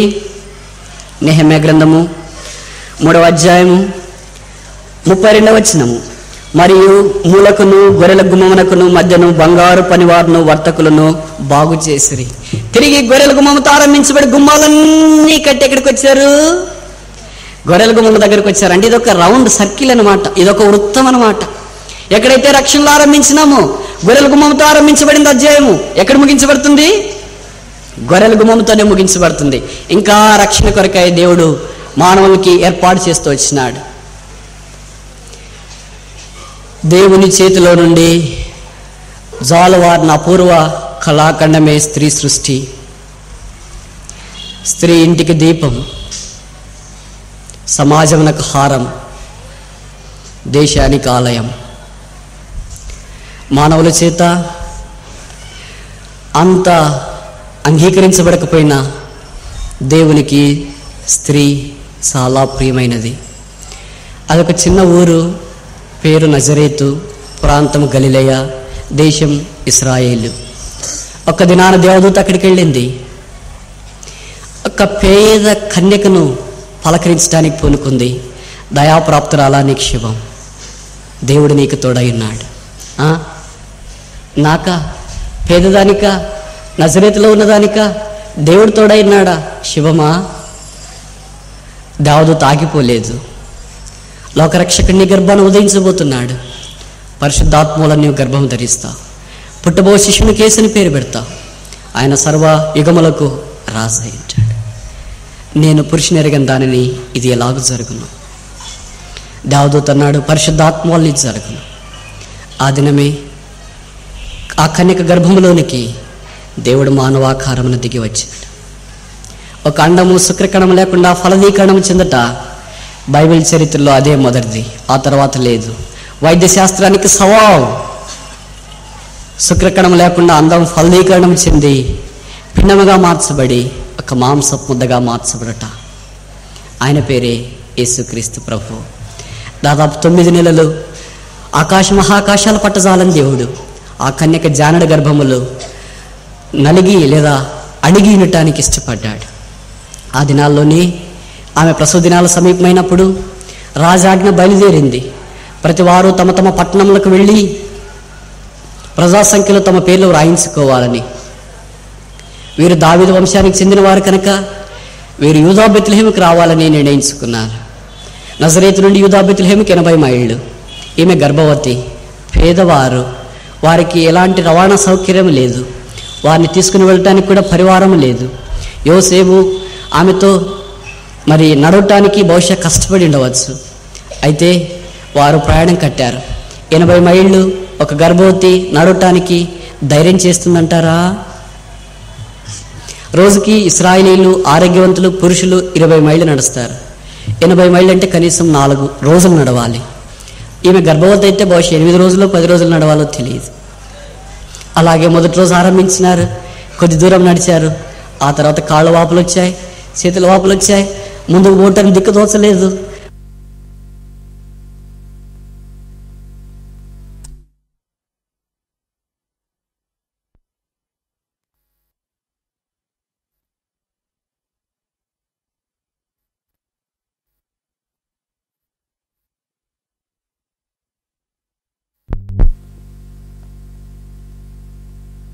నడువా, దేవుని మనం మోస్తున్నాం అని ఆమెను అల్లారు ముద్దుగా ప్రేమతో ప్రోత్సహించాడు.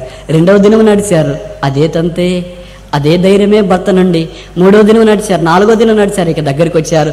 యెరూషలేముకు సమీపంలో ఉంది. బహుశా ఆమె కాళ్ళ వాసిపోతే ఆ కాళ్ళ రుద్దుతానికి కూడా యోసేపు పూనుకున్నాడేమో. ఆమె శరీరం అంతా వాపెక్కిపోతే ఆమె శరీరాన్ని చక్కగా చేయటానికి కూడా యోసేపు పూనుకున్నాడేమో. వారికి అనుభవం కలిగిన పరిచారకులు కరువైపోయారు. అలాగే ఒక దినాన బెత్లెహేముకు వచ్చారు. అదొక చిన్న గ్రామం. విస్తారమైన ప్రజలు ప్రజాసంఖ్య రాయించుకోవటానికి చేరి వచ్చారు. వారందరూ గాడిదల మీద వచ్చేవారు కనుక ఇలాంటి పెద్ద హాల్స్ లాంటివి వారు ఉండటానికి నిర్మించి ఈ హాల్స్కి పక్కన ఒక 4 అడుగుల స్థలం వదిలి ఆ తర్వాత చిన్న పాకలు వేసేవారు. దేని కొరకు? వీరు తమ లగేజ్ ఇక్కడ పెట్టుకుని పండుకుంటే వీరు తెచ్చుకున్న గాడిదలు ఆ పాకలో కట్టేసుకొని చూస్తూ ఉండేది. గాడిదలు ఎలా కట్టేసేవారు? ఎదురెదురుగా కట్టేసేవారు. ఇక్కడ ఈడ ఈ 2 తలలు ఒకే వైపు చేసేవారు. ఒకదాని తల దగ్గర ఇంకొక తల దగ్గర అవి మేయటానికి ఒక తొట్టె పెట్టేవారు, రాతితో తొలిచినది. ఆ తొట్టెలో మేత వేస్తే, ఆ తొట్టెలో నీళ్లు వేస్తే అవి త్రాగుతూ ఉండేవి. అది పాకకు సంబంధించిన సంగతి. సరే, అది రాత్రి వారు ఈ సత్రంలోనికి వచ్చారు. సత్రం అంతా కిక్కరిసి ఉంది. ఈమె కన్యక గర్భవతి, యోసేపు పక్కన ఉన్నాడు, లగేజ్ పెట్టుకొని అందరూ ఉన్నారు. వారి దగ్గరికి వెళ్ళి అడుగుతున్నారు, అమ్మా ఇక్కడ కొద్దిగా స్థలం ఇస్తారా, నా భార్య గర్భవతి, ప్రసవించడానికి దినాలు సమీపించినాయి. ఎవరు? ఎక్కడ? స్థలమా? ఇక్కడ లేదు, వెళ్ళిపో. అలాగే పక్కనికి వెళ్ళారు. వాళ్ళమ్మ, స్థలం ఇస్తారా? నా భార్య గర్భవతి. స్థలమా? లేదు, వెళ్ళిపో. ఆ సత్రం అంతా తిరిగారు. వారిని చేర్చుకున్న వారు ఎవరూ లేకపోయారు. ఊహించుకోండి, బహుశా స్త్రీనే శత్రువేమో కదా. ఆ సత్రంలో ఎవరు స్త్రీ లేరా? గర్భవతిని చూసి స్థలం ఇయ్యరా? సాధారణంగా మనం బస్సులోకి కూర్చున్నాం అనుకోండి, ముందు సీట్లో కూర్చున్నాం అనుకోండి, బస్సు మిగతాదంతా మామూలుగా ఉందనుకోండి, రద్దీ కూడా లేదు, వెనక సీట్లు ఉన్నాయి. ఎవరైనా మరీ 9 నెలల గర్భవతులు ఎవరు బస్సు ఎక్కరు అనుకోండి, పొరపాటున ఎక్కారనుకోండి, మనం ముందు సీట్లోనే కూర్చొని ఆమె వెనక సీటు ఖాళీ ఉందనుకోండి, అక్కడికి వెళ్ళమ్మా కూర్చో అని చెప్తారా? చెప్పరే. ఆమె అసలు వస్తున్న వెంటనే లేస్తారమ్మా, ఎందుకు వచ్చావమ్మా? కారులో వెళ్ళకూడదా? ఆటోలో వెళ్ళకూడదా? కష్టం కదమ్మా, ఇలాగ రాకూడదు, బస్సులు ఎగిరేస్తాయి, మంచిది కాదు అని సలహా ఇస్తారు. బహుశా ఆమె పరిస్థితిని బట్టి, అమ్మా నువ్వు ముందు కూర్చో, మేము వెనకెళ్తామని. ఒక సామాన్యమైన మానవునికే, మానవుడంటే ఇంత దయ ఉంటే, దైవాంశ సంభూతుడి భూమి మీదకి వస్తాడంటే మానవుడు నిర్దయుడుగా ఉన్నాడా? దయలేదా? వారు ఆ సత్రంలో మధ్యలోనికి వచ్చారు. రాత్రి గడిచిపోతుంది. కటకట, ఇది ఏమి శ్రమ. ఎక్కడికి వెళ్ళి నన్ను పొమ్మనేవారు కానీ చేర్చుకున్నవారు ఒక్కరు కూడా లేరా? ఆ కన్యక గర్భవతికి స్థానం ఇచ్చేవారు లోకంలో కరువయ్యారా? ఆ దినాన వారు త్రోసివేసింది ఒక స్త్రీని కాదు, వారు ఆ దినాన త్రోసివేసింది దేవునిని. వారు ఆ దినాన స్థలం లేదని నిరాకరించింది ఒక గర్భవతిని కాదు, లోక రక్షకుని స్థలం లేదని నిరాకరించారు. ఆ దినాన వారు అసహించుకునింది ఒక సామాన్యమైన దంపతులను కాదు, యేసుక్రీస్తు ప్రభువారిని లోకం అసహించుకునింది. అలాగే అందరూ ఉపశమిస్తున్నారు పండుకోవటానికి, ఏమని పట్టించుకునే నాదులు లేకపోయాడు. అప్పుడే ప్రసవవేదన ప్రారంభం అయిపోయింది. అక్కడ నిలబట్టడానికి కూడా స్థలం లేదు, చలేస్తుంది. ఆ సత్రంలో నుండి అలాగ పక్కకు వచ్చారు. పక్కన పాకుంది, పాకకి సత్రానికి మధ్యలో 4 అడుగుల స్థలం ఉంది. అక్కడ నిలబడుకొని ఉన్నారు. దైవమా, ఇది ఏమి పరీక్ష! నిజంగా లోకరక్షకుడు నా కడుపులో ఉంటే రాజకుటుంబంలో జన్మించాలి. ఎక్కడికి వెళ్ళినో పొమ్మనేవారే కానీ చేర్చుకునేవారు ఎవరు లేకపోయారా? అలాగే పశువులు అక్కడ మేస్తున్నాయి, మనుషులు ఇక్కడ నిద్రపోతున్నారు. లోకమంతా అంధకారంలో నిద్రపోతుంది. హేరోదు సింహాసనం మీద ఉన్నాడు, పిలాతు తన అధీన సంస్థానంలో ఉన్నాడు. ప్రజాసంఖ్య రాసేవాళ్ళు రాసి అలసిపోయారు. ప్రజాసంఖ్య రాయించుకోవడానికి వచ్చిన వారంతా నిద్రపోతున్నారు. ఆ దినాన లోకరక్షకుడు వస్తాడని లోకం గుర్తించలేకుండా పోయింది. ఆ కన్య గర్భంలో ఉదయిస్తాడని లోకం తెలుసుకోలేకుండా పోయింది. లోకరక్షకుని వారు తృణీకరించాలని కోరుకుంటూ వచ్చారు. ఈ దినాన ఒక సహోదరి మధ్యరాత్రిలో ప్రసవం అవుతుందంటే ఆమె చుట్టూ ఎంతమంది అమ్మలక్కలుంటారు. లోకరక్షకుడు వచ్చినప్పుడు ఆయన వస్తే ఆయన ఆహ్వానించడానికి ఒక్క సహోదరి కూడా లోకంలో కానరాకపోయిందా? ఒక్క ఆయా కూడా దగ్గర లేకపోయిందా? ఒక్క డాక్టర్ కూడా చింత లేకుండా పోయాడా? లోకరక్షక, ఎంత ధీరుడా ఈ భూమి మీదకి వచ్చావయ్యా! ఇది మనమే కానిపోతే ఎప్పుడైనా ఎవరు లేకుండా కానిపోయిన స్త్రీ ఇక్కడ ఎవరైనా ఉన్నారా? యేసుక్రీస్తు ప్రభువారు జన్మించినంత పేద విధానంలో ఇక్కడ ఉన్నవారు ఎవరు జన్మించలేదు. ఇక్కడున్న వారే కాదు, ప్రపంచంలో మానవ చరిత్రలో 6000 సంవత్సరాల్లో ఎవరు కూడా యేసుక్రీస్తు ప్రభు వలె పేదగా జన్మించలేదు. ఊరికి వెలపటెళ్తే మా వైపు నక్కలోళ్ళు అంటారు, గుడారాలు వేసుకొని జీవిస్తూ ఉంటారు, పూసలు అమ్ముకొని బ్రతుకుతుంటారు, చాలా నిరుపేదలు. వారు గర్భిణీ స్త్రీలైతే వారికైనా గుడారం ఉంటుంది, వారికైనా దాపు ఉంటుంది, వారికైనా సహాయం చేసి అమ్మలక్కలుంటారు, వారికైనా ఆ శిష్యును ముద్దాడేవారు ఉంటారే. ఈ లోకరక్షకునికి అందరూ కరువైపోయారా? అందరికీ తీసిపోయాడా? అందరి ప్రేమను నోచుకోలేకపోయాడా? అందరికీ కానరాని వాడయ్యాడా? ఏమి తగ్గింపిది, ఏమి దీనత్వం ఇది, ఏమి మర్మం ఇది, ఏమి చోద్యం ఇది? ఫరో దగ్గరికి వెళ్ళి, ఫరో నేను నీ ఇంట్లో జన్మిస్తున్నానని చెప్పలేదే, లేదా ఆ కన్యకలో నేను జన్మించబోతున్నాను కనుక కన్యకని అంతఃపురంలోనికి చేర్చుకొని చెప్పలేదే. నిరుపేద వ్యక్తిగా ఈ భూమి మీదకి వచ్చాడు. అలాగే మరి అక్కడ నిలబడుకొని ఉంది. తనకు ప్రసవేదన అధికమైపోయింది. మధ్యరాత్రి కావస్తుంది, లోకమంతా నిద్రిస్తుంది. పైన దేవుడు చూస్తున్నాడు, దేవదూతలు చూస్తున్నారు, అబ్రహాం మొదలుకొని విశ్వాస వీరులంతా చూస్తున్నాడు. ఎక్కడ నేను కనిపెట్టుకుని ఉన్న లోక రక్షకుడు, ఇదిగో పొలంలో కొమ్మలు తిరిగిన పొట్టేలు ఎక్కడా? దేవుడు చూసుకున్న గొర్రెపిల్ల ఎక్కడా? మరే యోసేపు కాళ్ళ మీద కొలువడిపోయింది. ఒక స్త్రీ పురుషుని యుద్ధ నుండి 3 కోరుకుంటుంది.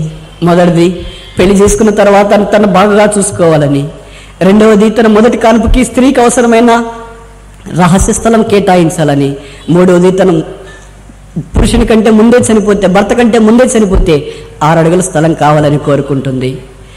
తన భార్య మొదటి కానుపు అవుతున్నప్పుడు రహస్య స్థలము సిద్ధపరచలేని పురుషుడు ఒక పురుషుడా? తన భార్య కానుపు కావటానికి ఒక మంచి స్థలాన్ని ఏర్పాటు చేయలేని ఒక భర్త అలాగ మరే దూషించలేదు. అయ్యా నిన్ను కట్టుకున్నానే, నీతో ప్రదానం చేసుకున్నానే, ఏంటి బ్రతకని మరేం లేదు. యోసేపు బహుశా మనసులో గుచ్చబడ్డాడేమో, ఏంటి నేను ప్రదానం చేసుకున్నా ఈ కన్యక ద్వారా లోకరక్షకుడికి భూమి మీదకి వస్తుంటే ఆమెకు రహస్యమైన స్థలాన్ని కూడా సిద్ధపరచలేకపోయినాను. నాలాంటి పురుషుడు భర్త ఈ భూమి మీద ఉండకూడదు అని అనుకున్నాడు. అలాగే యోసేపు కాళ్ళు తడిచిపోయాయి. ఏంటా అని చూస్తుంటే మాంసపు ముద్ద లోకరక్షకుడి ఈ భూమి మీదకి అర్ధించాడు. ఆ మాంసపు ముద్దకు నాభి సూత్రము కోసే ఆయా ఎక్కడా? ఆ మాంసపు ముద్ద ఆరోగ్యంగా ఉన్నాడా లేదని చూసే గైనకాలజిస్ట్ ఎక్కడా? తల్లి బిడ్డ క్షేమంగా ఉన్నారు అని చూసే డాక్టర్ ఎక్కడా? వారిద్దరికి కొంత వెట్ట కలిగించే కార్పొరేట్ హాస్పిటల్ ఎక్కడా? వారిద్దరి దగ్గరికి వచ్చి అల్లారి ముద్దుగా పలకరించే అమ్మలెక్కడెక్కడా? ఆ బిడ్డను ఎత్తుకొని స్నానం చేయించే జాన్సన్ బేబీ పౌడర్ లేదా సోప్ వేసే సహోదరులు ఎక్కడా? లోకరక్షకునికి స్నానం చేయించేవారు కరువై. రక్తంలో మాంసం ముద్దగా దొర్లాడుతున్నప్పుడు ఎవరు చూస్తారు? బహుశా నేను అనుకుంటా యోసేపే ఆ మాంసపు ముద్దను తీసుకున్నాడేమో. దైవమా, ఈ రక్షకుని మా ద్వారా ఈ భూమి మీదకి తెచ్చావు. దరిద్రుడిగా వచ్చాడు, అనామకుడికి వచ్చాడు.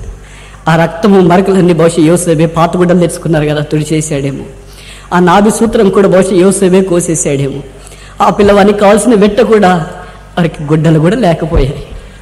మనలో చాలా మందికి తెలుసు, ఎవరైనా తొలి కాన్పంటే వారి బంధువులు కనీసం అంటే డజన్ గుడ్డలు తెస్తారు కదా. ఆయన కాన్పు అవుతాడంటే ఒక్క గుడ్డ తెచ్చేవారు లేకపోయారు, ఆయన ప్రేమించేవారు లేకపోయారు. పాత గుడ్డలు తెచ్చుకునేది కప్పుకోవటానికి లేకుండా చినిగిపోయిన చీరలేమో, ఆ చీరలు బహుశా మరీ అందించిందేమో. అయ్యా వస్త్రాలు తెచ్చేవాళ్ళు లోకరక్షకులకి ఎవరు లేకపోతే, ఇదిగో ఈ చీర, ఇదే ఆయన బర్త్డే గిఫ్ట్, ఇదే ఆయన అలంకరణ కొరకైన వస్త్రాలు, అవే యోసేపు చుట్టాడు. మరే బహుశా లేచిందేమో, మరికి కూడా సహాయం చేసి చక్కగా శుభ్రంగా తయారు చేశాడు. ఇద్దరు కలిసి లోకరక్షకుని పట్టుకొని ఆ 4 అడుగుల మధ్యలో స్థలంలో సత్రానికి పశువులు పాకుకుంటూ ఉన్నారు. రాత్రి గడిచిపోయింది. లోకరక్షకుడు భూమి మీదకి అరదించాడు. అంధకారంలోనికి వెలుగు ప్రకాశించింది. అరుణోదయ దర్శనం భూమి మీదకి వచ్చింది. పాపాత్మలైన మానవుల మధ్యలోనికి వెలుగు ఉదయించింది. సామాన్యమైన వాడవుగా ఆయన ఈ భూమి మీదకి వచ్చాడు. తెల్లవారుతూ ఉంది. సత్రంలో ఒక వ్యక్తి లేచాడు. తన ఊరికి వెళ్ళటానికి తన పని అయిపోయింది. ఆ పాకలో తన గాడిద ఉంది, దాన్ని విప్పుకొని వెళదామని వెళ్ళాడు. విప్పుకునేటప్పుడు ఆయనకి ఈ ఖాళీ స్థలంలో శబ్దం వచ్చింది. ఏంటది? చూస్తే ఒక దంపతులు బిడ్డనెత్తుకొని ఉన్నారు. ఎవరిక్కడ అన్నా, మేమే రాత్రి మీ దగ్గరికి వచ్చాము సత్రములో. నా భార్య ప్రసవ వేదంతో ఉందంటే లోపల ఎవరు స్థలమే లేదు, బయటకు వచ్చాము కానుపై. మానవుడంత కఠినమైన వాడా? మానవ హృదయం దేవుని అంగీకరించదా? మానవుడు దేవుని స్వీకరించడానికి ఇష్టపడడా? ఆయన బాధపడుతున్నాడయ్యా, మీ కొరకై ఈ నా గాడిద వేసిన తొట్టి ఇక్కడ ఉంది, దాంట్లో ఆ బిడ్డను ఉంచితే బహుశా వెట్టకలుగుతుందేమో, ఇక్కడికి తీసుకుని వచ్చి ఉంచుతారా? అదే ఈ లోక రక్షకునికి లోకం ఇచ్చిన మొదటి బర్త్డే గిఫ్ట్. ఆ లోక రక్షకుని తీసుకుని వెళ్ళి ఆ దంపతులు ఆ పశువుల తొట్టిలో ఉంచినారు. దైవమా, ఇది ఏమి దీనత్వం! సర్వలోక స్థలములలో దేవునికి మహిమ అని దూతల పైన గాన ప్రతిగానాలు చేశారు. దేవుని వాక్యం ప్రకటించబడింది. అలాగూ యేసుక్రీస్తు ప్రభువారు భూమి మీదకి వచ్చాడు. రోజులు గడిచాయి, కాలం దొర్లిపోయింది. 12 ఏళ్ల ప్రాయం నుండి ఆయన పని చేయడానికి వడ్రంగి పని పూనుకున్నాడు. 30 ఏళ్ళకి సేవకు వచ్చాడు. 3.5 సంవత్సరాలు ఆయన సేవా జీవితం పాపరహితుడిగా, పాపం మెరిగిన వాడిగా, పాపం చేయనివాడిగా జీవించాడు. ఆ తర్వాత శిలువ మీదకి వెళ్ళవలసిన అవసరం మన పాపాలు చేశాయి. ఆ పని కొరికే ఆయన వచ్చాడు. కనుక అది గురువారం రోజు రాత్రి ఆయన బంధించడానికి ఒక దొంగ మీదకి వచ్చినట్లు పాపాత్ములైన మానవులు డ్యూటీలు పట్టుకొని కర్రలు చేతబూని కేకలేస్తూ వచ్చారు. ఆ గెత్సేమనే తోటలో ప్రార్థన చేస్తూ ఉన్నాడు. ప్రార్థన చేస్తున్న వచ్చిన వ్యక్తి మీదకి వారు దుమ్మిగా వచ్చారు. ఆయన పట్టుకున్నారు. అపవిత్రమైన మనుషుల చేతిలో పవిత్రుడు వెళుతున్నాడు, తోడేళ్ళ చేతిలో గొర్రెపిల్ల వెళుతున్నాడు, పాపాత్ముల చేతిలో రక్షకుడు వెళుతున్నాడు, మహిమ లేని వారి చేతిలో మహిమ వెళుతుంది, నరకం చేతిలో పరలోకం వెళుతుంది, మానవ చేతిలో దేవుడు వెళుతున్నాడు. తోటలో నుండి పిలాత్ దగ్గరికి తీసుకుని వచ్చారు. పిలాత్ హేరోదు దగ్గరికి పంపించాడు. అక్కడి నుండి ఇక్కడికి ఫుట్బాల్ మీద ఆడుకుంటున్నారు. ఎవరిని? సర్వలోకమునకు తీర్పు తీర్చు దేవుని. ఎవరిని? న్యాయపీఠం మీద నిలబడే కూర్చునే దేవుణ్ణి. ఎవరిని? ధవళ సింహాసనం మీద ఆసీనుడయ్యే దేవుణ్ణి. ఆ దేవుని వైభవం మెరగక అటు ఇటు వారు తిప్పుకుంటూ ఉంటే ఇక యేసుక్రీస్తు ప్రభు వారిని దూషించలేదు. మౌనిగా వెళ్ళాడు, పిలాతు దగ్గర నిలబడ్డాడు. పిలాతు అన్నాడు, నేను నిన్ను విడుదల చేయడానికి నాకు అధికారం ఉంది. ఆ శిక్ష అంతటిని భరించడానికి సిద్ధపడ్డాడు. యేసుక్రీస్తు ప్రభు వారు సులువు మీదకి వెళ్లకుండా సర్వ భూమి అంతటిలో ఒకే ఒక స్త్రీ అడ్డుకుంది. ఆ స్త్రీ పిలాతు భార్య. కలపన్నా యేసుక్రీస్తు ప్రభు సులువు మీదకి వెళ్ళకూడదు. ఆయన పాపం లేనివాడు, నిర్దోషి, నిష్కళమషుడు. బైబిల్ పండితుల అభిప్రాయం, యేసుక్రీస్తు ప్రభు వారు యెరూషలేములో మందిరంలో కూర్చొని వాక్యం చెప్తున్నప్పుడు పిలాతు ఇల్లు సమీపంలో ఉందంట. ఆ బయట బాల్కనీలో పిలాతు భార్య కూర్చుంటే యేసుప్రభు చెప్పే వాక్యం ఆమె కనిపించేదంట. యేసుప్రభు సూచక కార్యాలు ఆమె చూసేదంట. యేసుప్రభు జీవితం ఆమె పసిగట్టేదంట. దానిని బట్టి ఈమె ప్రభావితురాలు అయిపోయింది. బహుశా యేసుప్రభుని నమ్ముకున్నదేమో. ఆ స్త్రీ మాత్రమే నిలబడింది. అయితే ఆమె ఉపాయం పారలేదు. పిలాతు అన్నాడు, నేను నీ విషయమై నిర్దోషిని, ఇదిగో అప్పగిస్తున్నాను. మనుషులు ఆయన తీసుకుని వెళ్ళారు సిలువ వేయటానికి. అది శుక్రవారం రోజు ఉదయకాలము 6 గంటలకి. ఒక అన్యాయస్తుడైన న్యాయాధిపతి, ఒక నీతిగల న్యాయాధిపతికి పాపం లేకపోయినా దోషం లేకపోయినా చరిత్రలో శిక్ష విధించింది ఇదే మొదటిసారి. ఎక్కడ మానవ చరిత్రలో జరగలేదు. ఒక అన్యాయస్తుడైన న్యాయాధిపతి న్యాయస్తుడైన మానవునికి, అన్యాయస్తుడైన న్యాయాధిపతి అన్యాయస్తుడైన ఖైదీకి, అన్యాయస్తుడైన దొంగకు, అన్యాయస్తుడైన నేరగానికి శిక్ష విధించేది లోకంలో మనం చూస్తున్నాం. శిక్ష విధించకుండా వదిలించేది, విడుదల చేసేది మనం చూస్తున్నాం. అయితే అన్యాయం చేయని దేవుడు మొట్టమొదట ఆ శిక్షను భరించడానికి ఇష్టపడ్డాడు. ఇప్పుడు యెరూషలేము వీధుల్లో ఆయన ఊరేగిస్తూ తీసుకుని వెళ్తున్నారు. ముందు ఆయన చేసిన పాపమేమీ లేదు కదా. రాశారు ఏమని? ఈయన యూదులకు రాజని చెప్పుకున్నాడు. పక్కన వెనక ఒక సైనికుడు ఉన్నాడు. ఈవల కుడివైపున ఎడం వైపున 2 సైనికులు ఉన్నారు. నడుస్తున్నారు. కండలు తిరిగిన రోమా సైనికులు, కాళ్ళకు బూట్లు వేసుకున్నారు. చేతుల నిండా వారి కొరడాలున్నాయి, బల్లెలు వారి చేతిలో ఉన్నాయి.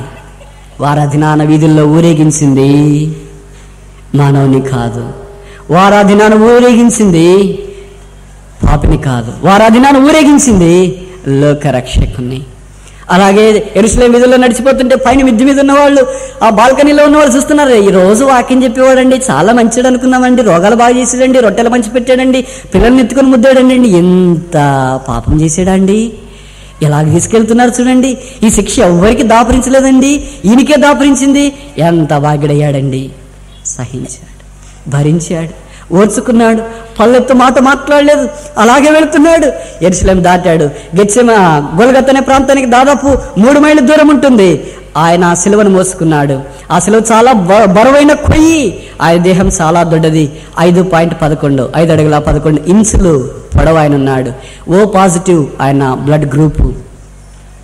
ఆయన సంపూర్ణమైన దేవుడు, సంపూర్ణమైన మానవుడికి భూమి మీదకి వచ్చినాడు.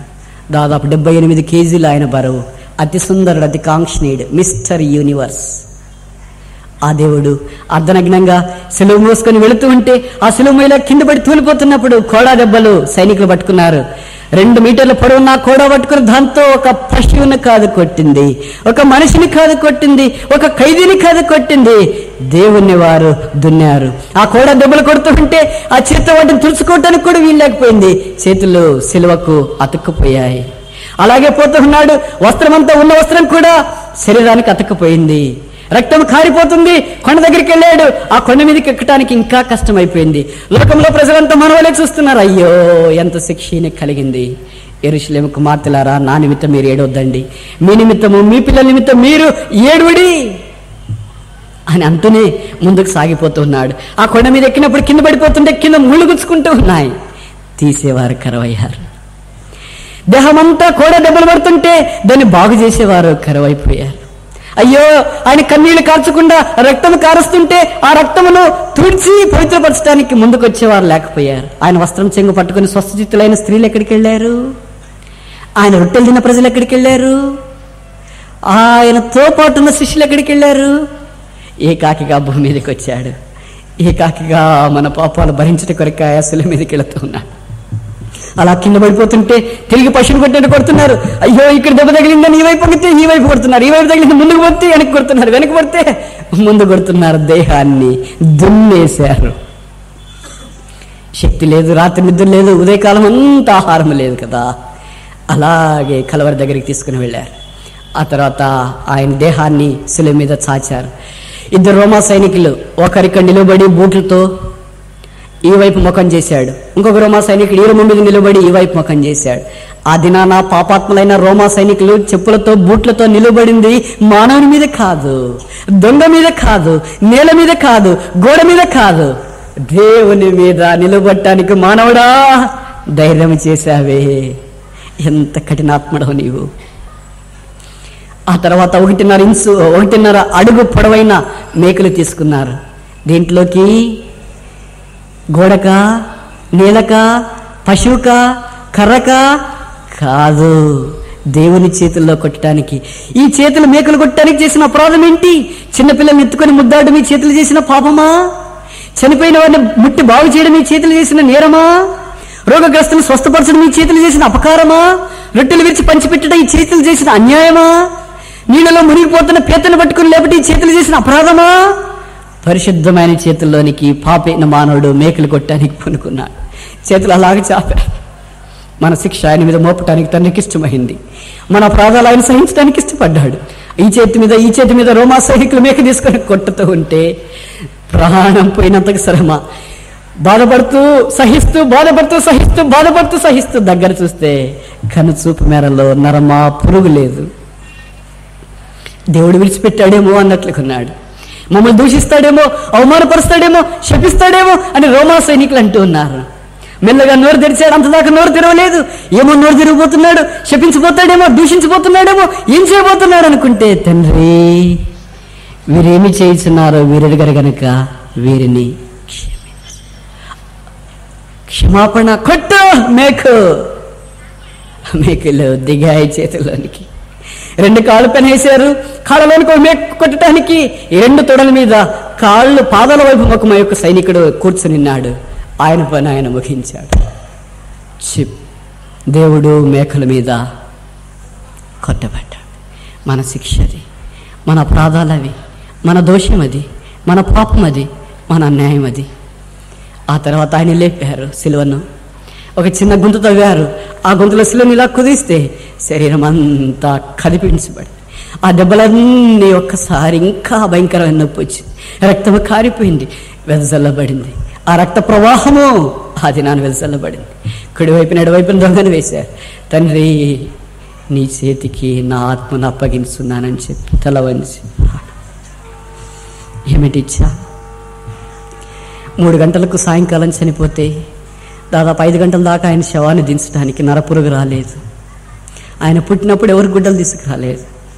ఆయన చనిపోయినప్పుడు కూడా అలాగే ఉంది. లోకరక్షకుడు చనిపోతే గుడ్డలు తీసుకుని వచ్చేవారు లేరా? ఉదాహరణకి ఎవరైనా టీచర్ అమ్మ ఉన్నారనుకో, వృద్ధులు రిటైర్డ్ అయ్యారనుకో, టీచర్ గారు చనిపోయారనుకో, టీచర్ అమ్మ ఉందనుకో, 4 కొడుకులు ఉన్నారనుకో, ఆమె కూడా తొందరలో చనిపోతుందని ఆమెకు అనిపించింది అనుకో, ఆమె పెన్షన్ వస్తుంది కనుక డబ్బులు కూడిపెట్టింది అనుకో, ఏదైనా ఒక సందర్భంలో కుటుంబ సభ్యుల పిల్లలను అందరినీ పిలిచి 4 కొడుకులు రే, నేను చనిపోవటానికి సిద్ధంగా ఉన్నాను, ఇదిగో నా చావు కొరకు ఈ 20,000 మీ దగ్గర ఉంచుకోనండి, నా చావు చేయనంటే, అమ్మ చాలా మంచిదాని తల్లి, చావుకి డబ్బులు ఇచ్చావు అని కొడుకులు చప్పట్లు కొడతారా? ఏమంటారు? అదేంటమ్మా, మాకు జన్మనిచ్చినావు, భూమి మీదకి తెచ్చావు, మమ్మల్ని కన్నావు, పెంచావు, పోషించావు, ఇంత వారినిగా చేశావు. నీవు చనిపోతే మేము మా చేతులతో నిన్ను మోసుకొని వెళ్ళి గొప్ప ఊరేగింపు చేసి భూస్థాపన చేయాలనుకున్నాం, కానీ నీ డబ్బులతో మేము భూస్థాపన చేయాలా? కాదు అలాగొద్దు అనవచ్చు కదా. యేసుక్రీస్తు ప్రభువారు దాదాపు 12 ఏళ్ల ప్రాయం నుండి 30 ఏళ్ల ప్రాయం దాకా 18 ఏళ్ళు ఆ వడ్రంగి పని చేసి కుటుంబ సభ్యులు కనీసం అంటే 4 సహోదరులని, 2 కనీసం అంటే సహోదరులని పెంచి అంత వారినిగా చేస్తే ఆయన చనిపోతే ఇదిగో మా రుణం తీర్చుకుంటున్నామని ఆయన మీద ఒక తెల్లటి గుడ్డ వేయటానికి కూడా మనుషులు రాక, ప్రతి గుడ్డలతో పుట్టినప్పుడు చుట్టబడిన దేవుడు ఎవరు ఆయనకు వస్తున్న ధరించడానికి రాలేదు. ఈ దినాన్ని ఎవరైనా దిక్కుమాలిన వాళ్ళు చనిపోయినా ఒకవేళ వాళ్ళ శవాన్ని మందిరంలో పెడితే ఎవరో ఒకరు వస్తారు, బ్రదర్ పెట్టి చేయించాలన్నా, బ్రదర్ పౌడర్ తీసుకురావాలన్నా, పర్ఫ్యూమ్ సెంట్ తీసుకురావాలన్నా, భూస్థాపన చేయాలన్నా, పాటలాగా అన్న ఒక్కొక్కటి అన్ని చేసేస్తున్నారే. ఈ లోక రక్షకునికి ఎవరు చేయటానికి కరవైపోయి 4 మీటర్ల గుడ్డకు కూడా ఆయన ప్రాణం నోచుకోలేకపోయిందా? 6 అడుగుల గుంతుకు కూడా ఆయన నోచుకోలేకపోయాడా? ఏమిటి తగ్గింపు? అంతలో గర్వంత యోసేపు నికోదేము 2 కలిసి వచ్చారు, ఒక గుడ్డ తీసుకొని వచ్చారు. అయ్యా మేము రహస్య క్రైస్తవులుగా ఉంటుంది, 11 మంది శిష్యులు ఆయన పిండం తిన్నారు, ఆయన ఉప్పు తిన్నారు. సమాధికి రా, ఇదిగో మమ్మల్ని 3.5 సంవత్సరాలు కాపాడావు, నీకివే మా జోహార్లు. ఆయన కుటుంబ సభ్యులను అంతా కాపాడుతూ వచ్చాడు. కుటుంబ సభ్యులు వచ్చాయి, ఇదిగో మా జోహార్లు. ఎవరు పెట్టే, ఎవరు పాటలు, ఎవరు వాక్యము, ఎవరు ఊరేగింపు, ఎవరు అక్కడ ప్రార్థన చేసేది? ఏకాకిగా మార్చబడ్డాడు, అమాయకుడిగా మార్చబడ్డాడు, ఆ బాకిడికి వచ్చాడు. ఎలాగొచ్చాడు అలాగే. ఎందుకంటే దీని స్థితిలో ఇక్కడ ఎవరైనా ఉన్నారా? ఎవరు లేరు కదా. మామూలు భిక్షగాడు చనిపోయినా బయట మున్సిపాలిటీ వాళ్ళు వచ్చి తీసుకుని వెళ్తారు. భిక్షగానికి ఇంటే రక్షకుడు తక్కువ స్థితిలోనికి దిగిపోయాడు. దైవమా ఇది ఏమి తగ్గింపు, దేవా ఇది ఏమి ప్రేమ. ఆ ప్రేమతో చనిపోయి సమాధి చేయబడి పాతిపెట్టు. ఆ శిలువ ప్రతి మానవుని ఆకర్షిస్తుంది. ఆ శిలువ ప్రతి మానవుని పాపక్షమాపణ ఇస్తుంది. ఆ శిలువ ప్రతి మానవుని కట్టుతుంది. అది తగ్గింపుతో కూడుకున్న శిలువ, శ్రమలతో కూడుకున్న శిలువ. ఆ శిలువే మనకు సరైన, ఆ శిలువే మనకు దాగుచోటు, ఆ శిలువే మనకు సమస్తం. జీవితంలో సమస్యలు ఎన్నో, అయితే సమాధానం ఒక్కటే. చలపతి చిట్ ఫండ్స్ కాదు, శిలువ. సాటి లేని మేటి తృప్తినిచ్చేది చార్మినార్ సిగరెట్ కాదు, శిలువ. పురుషుని ఉందాతనానికి రిమాండ్ సిన్స్ 1925 షూటింగ్స్ కాదు, శిలువ. స్త్రీ పరిపూర్ణ సౌందర్యానికి కళాంజలి పట్టు చీరలు కాదు, శిలువ. మీ పిల్లల బంగారు భవిష్యత్తు కొరకు చిన్న మొత్తాల పొదుపు సంస్థ హైదరాబాద్ కాదు, శిలువ. ఇక మీరు నిశ్చింతగా ఉండవచ్చు, ఎల్ఐసి పాలసీలు కాదు, శిలువ. ఉరుములు లేని ఉత్సాహం కొరకు థమ్సప్ కాదు, శిలువ. అవధులు లేని ఆనందాని కొరకు హీరో హోండా స్ప్లెండర్ కాదు, శిలువ. తెల్లగా తళతళలాడే బట్టల కొరకాయి రెన్ డిటర్జెంట్ బిళ్ళ కాదు, శిలువ. భక్తునికి భగవంతునికి అనుసంధానమైనది అంబికా దర్బార్ అగరబత్తి కాదు, శిలువ. ఈ శిలువ వ్యక్తిగత, కుటుంబ, సంఘ జీవితాన్ని కట్టుతున్నది. దేవుని సృష్టి అనంతమైనది, అందులో సౌర కుటుంబం చాలా చిన్నది. ఆ సౌర కుటుంబంలో భూగ్రహం ఇంకా చిన్నది. ఆ భూగ్రహంలో ఆసియా ఖండం ఎక్కడా? ఆసియా ఖండంలో భారతదేశం ఎక్కడా? భారతదేశంలో ఆంధ్రప్రదేశ్ ఎంత? ఆంధ్రప్రదేశ్లో వెస్ట్ గోదావరి ఎక్కడా? వెస్ట్ గోదావరిలో నిడదవోలు ఎక్కడా? నిడదవోల్లో బేతనీ ఎక్కడా? బేతనీలో ఉన్న నీ దగ్గరకు ఈ శిలువ ప్రేమ ప్రవాహం వస్తుంది. ఈ రక్షకుడు నీకొద్దా? కట్టబడే ఈ గుమ్మాలు నీకొద్దా? వ్యక్తిగత, కుటుంబ, సంఘ జీవితం కట్టబడటానికి ఈ శిలువ ప్రవాహము, రక్త ప్రవాహము మన మధ్యలోనికి ఇది నానొచ్చింది. అంగీకరిస్తావా? తృణీకరిస్తావా? కట్టబడతావా? ఇలాగే ఉంటావా? పాడైపోయినట్లే ఉంటావా? బాగు చేయబడతావా? ఆ రాకడ కొరకు ఎదురు చూస్తావా? విడిచిపెట్టబడతావా? తీర్మానం అనేది. మోకరించు, ప్రార్థిస్తాం.